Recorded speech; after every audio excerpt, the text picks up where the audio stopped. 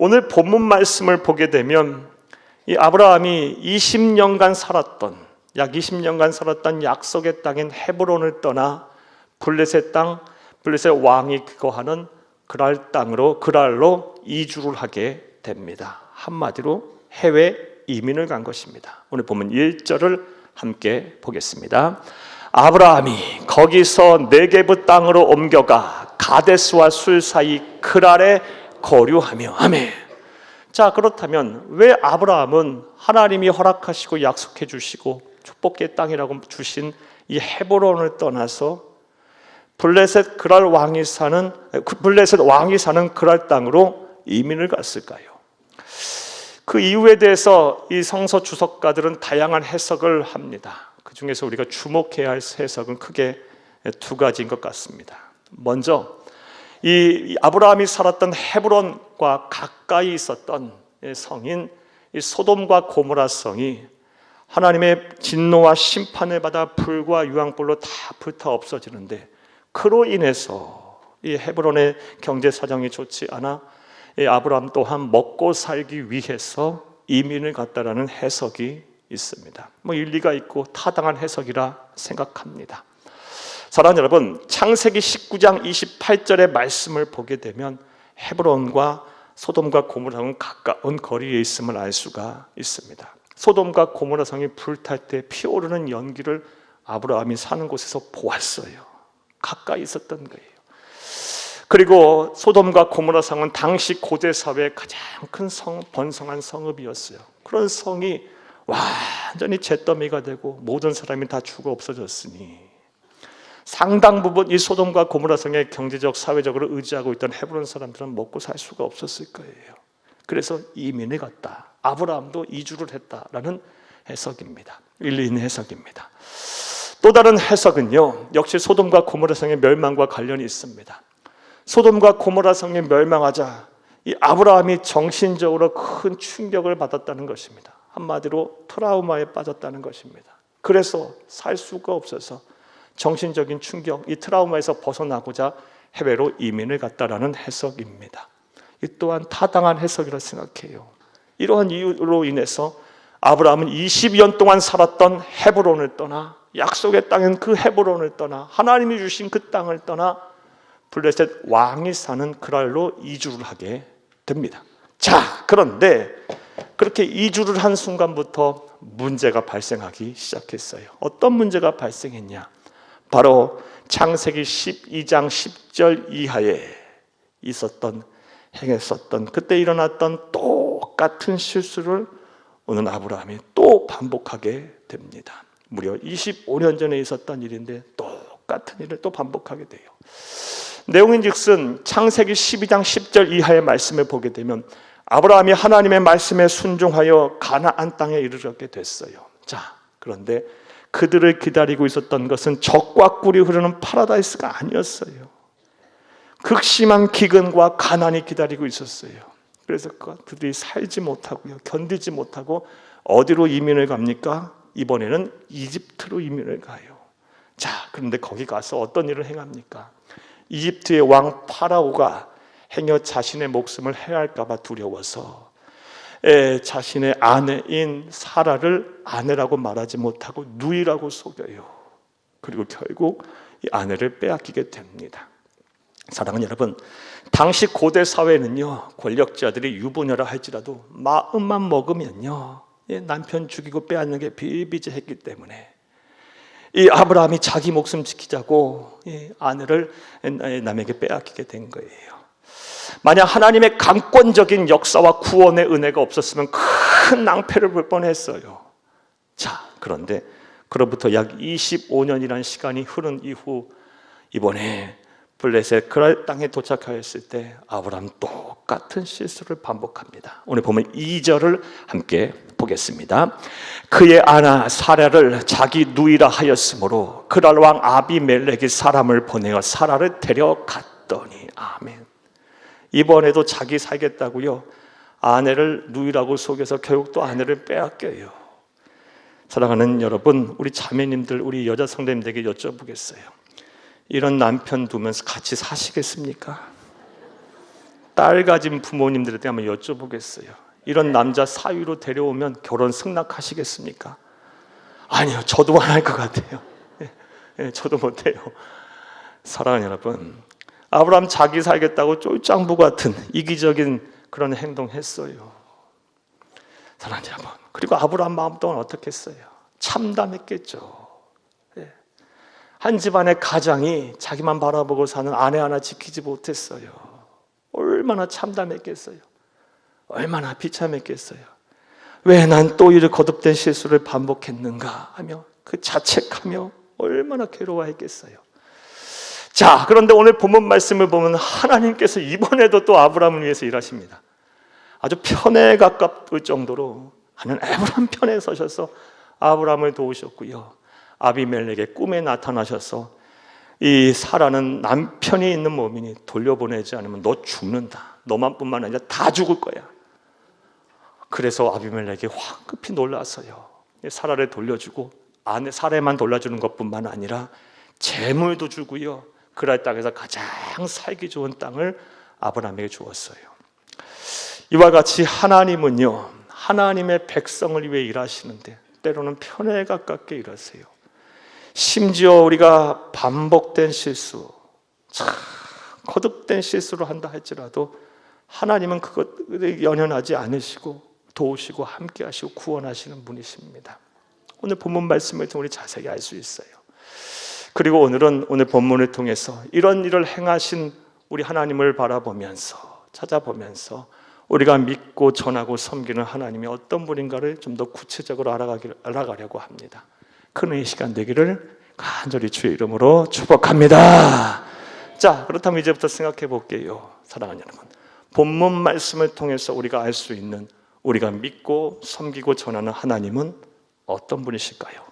이제부터 따라하시겠습니다. 첫째로, 내가 반복하는 실수마저도 사랑으로 덮으시는 분이십니다.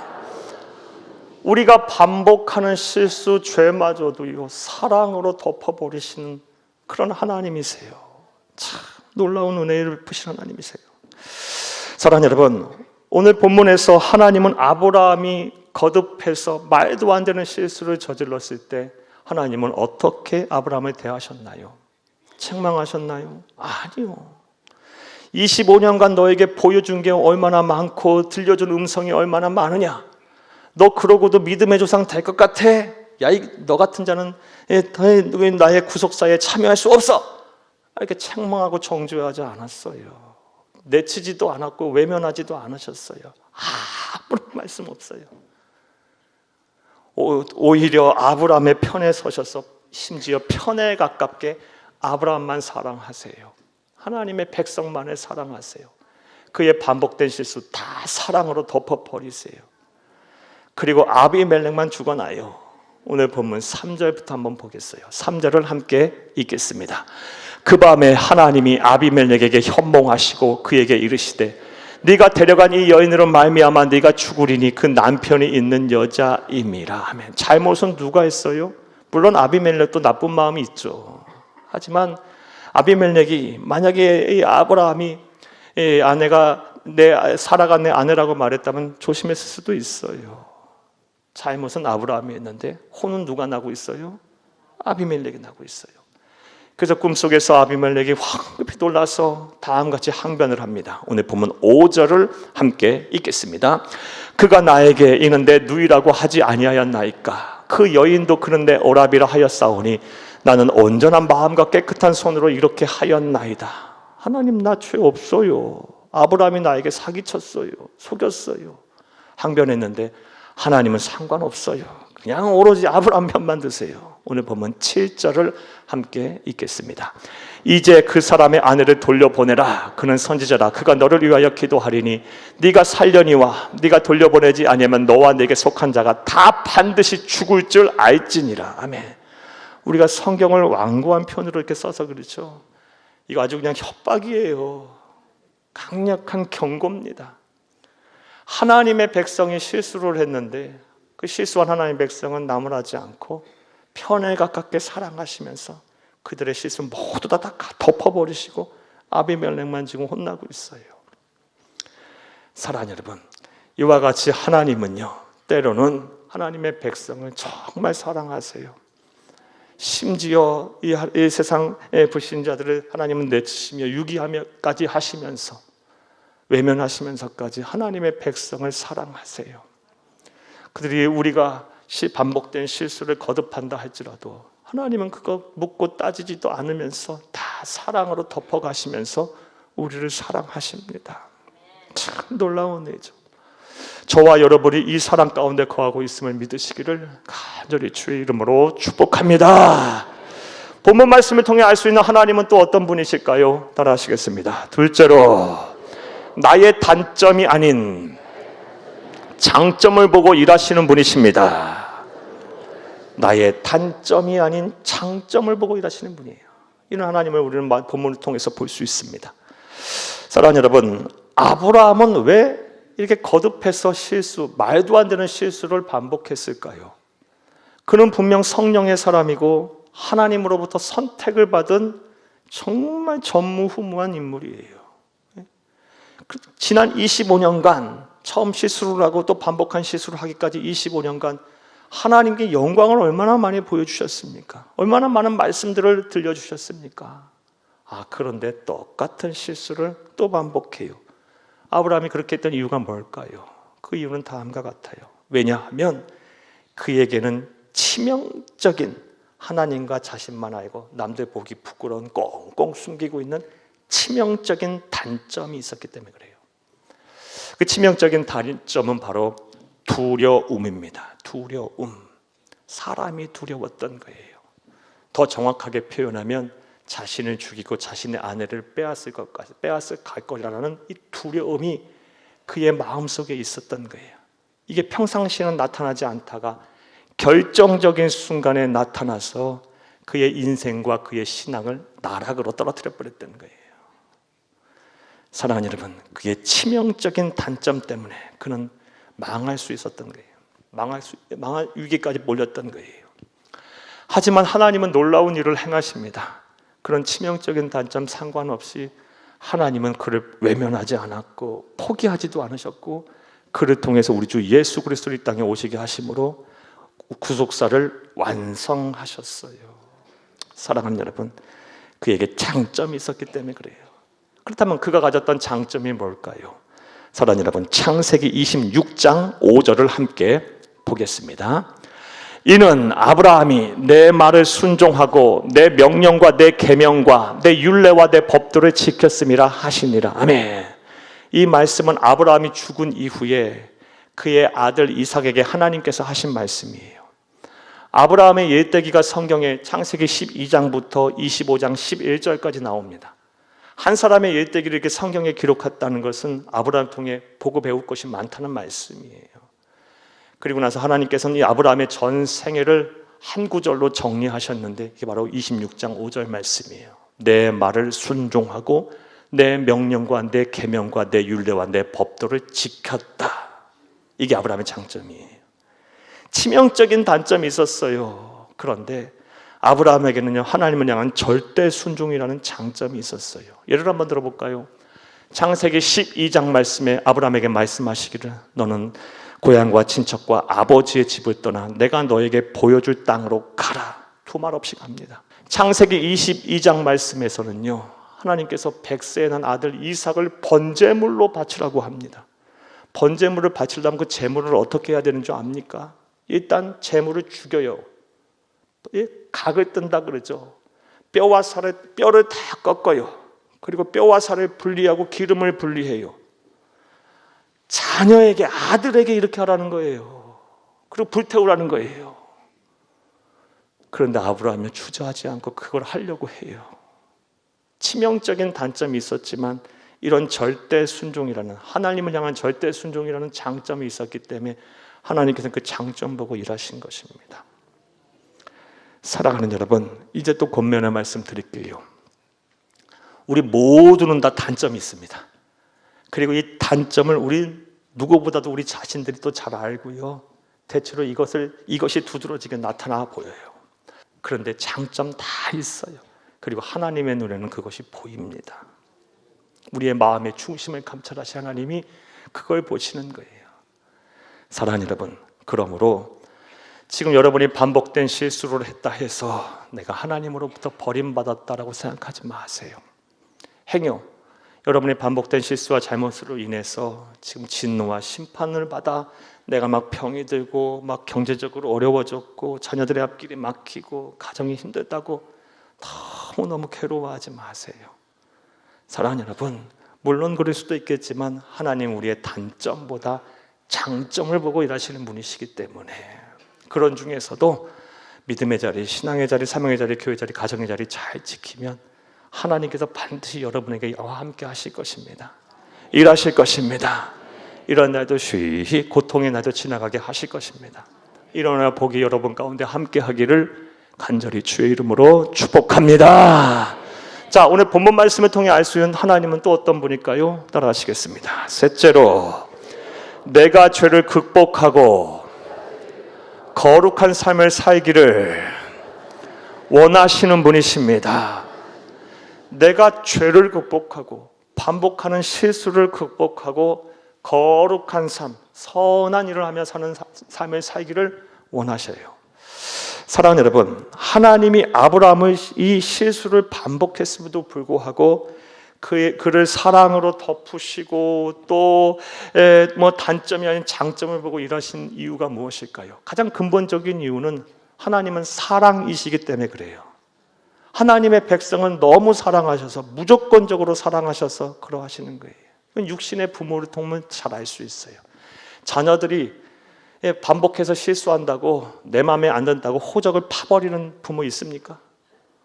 그런 부모 있을 수도 있겠지만 그럴 수 없어요. 참고 견디고 자녀의 아픈 속삭이는 일 남에게 말도 못하죠. 자녀의 흉이 될까 봐. 그게 부모 마음 아니겠어요? 육신의 부모도 그러하거나 하나님 더 그러시겠죠. 사랑이시기 때문에 참고 견디면서 사랑으로 덮으시고 단점이 아닌 장점을 보고 일하시는 거예요. 그런데 하나님께서 아브라함에게 기회를 주시면서 또 우리에게 말씀하시고자 하는 또 다른 이유가 있어요. 그것이 무엇이냐? 하나님은 아브라함이 반복한 실수로 죄를 극복하고 거룩한 하나님의 백성이 되도록 또 다른 기회를 주신 거예요. 제2의, 제3의 기회를 주신 거예요. 그러므로 저와 여러분도 똑같아요. 하나님께서 반복된 실수를 사랑으로 덮으시고 단점이 아닌 장점을 위해서 보고 일하실 때 나를 사랑하시는구나 라고 생각하는 동시에 나에게 또 다른 기회를 주시는구나, 내가 거룩한 백성 되게 하시려고 또 다른 기회를 주시는구나 하며 변화된 삶을 살아야 합니다. 할렐루야. 이와 관련한 말씀 보겠습니다. 디도서 2장 14절을 함께 보겠습니다. 그가 우리를 대신하여 자신을 주심은 모든 불법에서 우리를 속량하시고 우리를 깨끗하게 하사 선한 일을 열심히 하는 자기 백성이 되게 하려 하심이라. 아멘. 이 말씀을 구약의 오늘 본문의 말씀대로 해석을 해버리면, 적용을 하면 우리 주 예수님께서 우리에게 생명을 주심은 우리가 반복한 실수를 했음에도 불구하고 하나님께서 한없이 사랑으로 덮으시며 용서하심은, 단점이 아닌 장점을 보고 일하심은 우리를 속량하시고 우리를 깨끗하게 하사 선한 일을 열심히 하는 자기 백성이 되게 하시려고 기회 주신 거예요.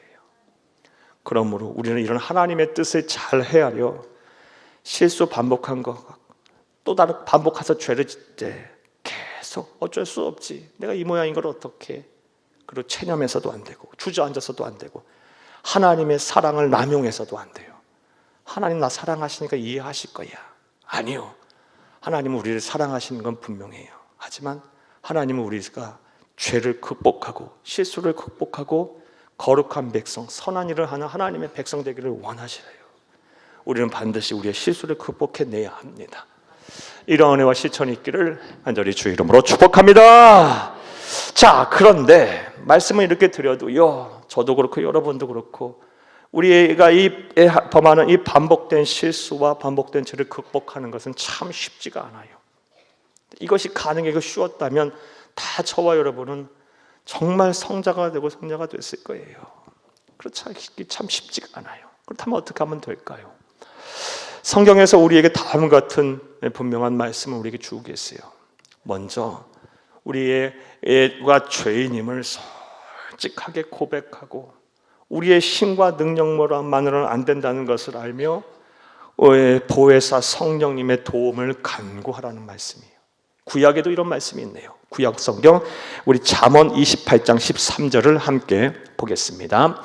자기의 죄를 숨기는 자는 형통하지 못하나 죄를 자복하고 버리는 자는 불쌍히 여김을 받으리라. 아멘. 날마다 우리가 예수와 복음 앞에 서야 하는 이유가 거기 있어요. 예수와 복음 앞에 서서 우리의 언행심사, 말과 행동과 그리고 생각과 모든 마음에 있는 감정까지를 이 예수와 복음 앞에 투영하는 거예요. 비춰보는 거예요. 그리고 나서 회개해야 하는 거예요. 나의 반복된 죄, 반복된 실수를 하나님 앞에 그대로 솔직하게 내어놓고 여전히 변화되지 않는 나의 모습을 막 자복하면서 내 힘만으로는 부족하오니 하나님이요 좀 나를 도와주옵소서. 나 이제 변화된 삶 살아야 되겠어요. 우리 주 예수 그리스도를 닮은 성품 되어야 되겠어요. 하나님께서 기뻐하시는 그런 인격 소유해야 되겠어요. 하나님이 정말 복을 주시는 그런 하나님께서 감동하는 하시는 그런 아버지 삶을 내가 좀 살아야 되겠어요 하면서 내 힘만으로는 안 되오니 성령님이여 나를 도우소서라고 매일매일 부르짖고 간구해야 돼요. 그럼 하나님께서 저와 여러분을 변화시키실 것입니다. 이런 은혜와 실천이 있기를 간절히 주의 이름으로 축복합니다. 막연하게 하나님 사랑하셔 그러니 알아서 잘 하실 거야. 아니요. 또 다른 영적 교만이에요. 또 다른 권면의 말씀을 드리게 되면 보다 더 실제적인 말씀을 한번 드려볼게요. 반복된 실수, 반복된 죄를 극복하려면요, 죄를 짓고 실수를 하게 하는 환경으로부터 벗어나야 돼요. 그것이 사람이 됐든 상황적인 요인이 됐든 어떤 위치가 됐든 지역적 물리적인 그런 공간이 됐든 사랑하는 여러분, 반복적인 실수와 죄를 범하게 하는 자를 떠나지 않으면 절대로 이 죄를 극복할 수 없어요. 아브라함이 왜 25년 전에도 그랬고 지금도 그랬고 왜 반복된 실수를 하고 있나요? 그가 약속의 땅 가나안 땅에 머물러 있었다면, 이집트로 안 내려갔다면 실수 안 했을 거예요. 역시 마찬가지. 은혜의 땅이나 헤브론에 머물러 있었다면, 그랄로 안 갔다면 또 다른 반복된 실수 안 했을 거예요. 사랑하는 여러분, 아무리 도덕적인 사람도 비도덕적인 공동체 안에, 그 사회 안에 속하게 되면 비도덕적인 인간이 되는 거예요. 이제 분명하게 결단하세요. 올해가 가기 전에 반복된 실수, 또 반복된 죄 극복해야 되지 않겠습니까? 이제 하나님께서 복 주시는 정말 은혜로운 거룩한 하나님의 백성 되셔야 되지 않겠습니까? 달라져야 됩니다. 여러분, 그동안 끊지 못했던 모든 반복된 실수와 죄를 끊어버리도록 여러분 그것을 조장하는 모든 환경으로부터 벗어나시기를 결단하시기를 간절히 주의 이름으로 축복합니다. 말씀 맺겠습니다. 오늘은 반복된 실수마저도 사랑으로 덮으시는 그 하나님의 말씀의 모습을 보며 하나님은 우리에게 어떤 분이신가를 살펴보았어요. 먼저 내가 실수해도 그 실수마저도 나를 편애에 가깝게 사랑하시면서 사랑으로 덮으시는 분이 바로 하나님이세요. 또한 나의 단점이 아닌 장점을 보고 일하시는 분이시고요. 그분은 내가 죄를 극복하고 거룩한 삶을 살도록 계속해서 우리에게 기회를 주시는 분이세요. 이제 이런 하나님을 바라보시고 신뢰하세요. 그 하나님은 더 깊이 알기 위해 노력하세요. 무엇보다 하나님을 기쁘시게 하는 삶을 살아보세요. 그러면 하나님께서는 실수마저도 여러분을 통해 복으로 바꾸어 가실 거예요. 여러분의 인생을 달라지게 하실 거예요. 하늘 행복을 누리게 하실 거예요. 이 세상 사는 동안 하늘의 신령한 복과 땅의 기름진 복을 충만하게 받게 하실 거예요. 무엇보다 여러분의 영혼을 만족하게 하실 것입니다. 이런 은혜와 복이 저와 여러분 가운데 충만하기를 간절히 주의 이름으로 축복합니다.